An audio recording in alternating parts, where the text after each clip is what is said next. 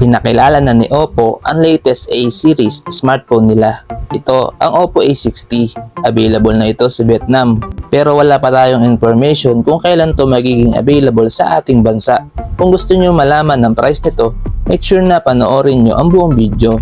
Sa ngayon, pag-usapan muna natin ang specs and features niya.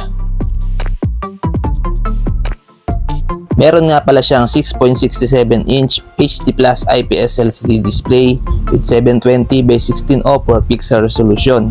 May up to 90Hz refresh rate at meron itong 950 nits peak of brightness. Ang Oppo A60 ay may operating system na ColorOS 14 based on Android 14 with Qualcomm Snapdragon 680 4G 6nm chipset at ito ay may Adreno 610 na GPU. Ang smartphone na to ay may 8GB of RAM with 128 or 256GB UFS 2.2 internal storage, expandable via microSD.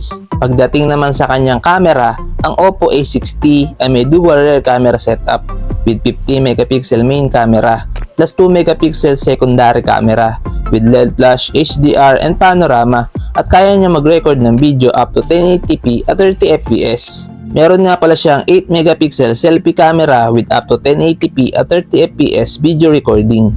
Meron itong 5000 mAh battery capacity with 45W SuperBook fast charging. Para naman sa kanyang security, meron siyang side-mounted fingerprint scanner and face unlock at ito ay may dual stereo speakers. Sa dimensions, meron siyang 165.71 by 76.02 by 7.68mm at may timbang ito na 186 grams with IP54 dust and splash resistance at ito ay may dual SIM. Sa connectivity, meron siyang 4G LTE, dual band Wi-Fi, Bluetooth 5.0, GPS, Galileo, GLONASS, BDS, QZSS, headphone jack, NFC, OTG, and USB Type-C.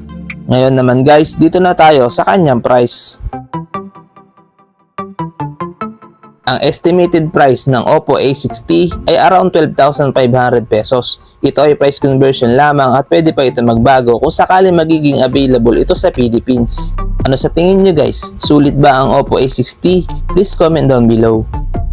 Hanggang dito na lang muna ang video natin guys. Huwag nyo kalimutan mag-subscribe sa ating YouTube channel para lagi kayong updated sa ating mga video.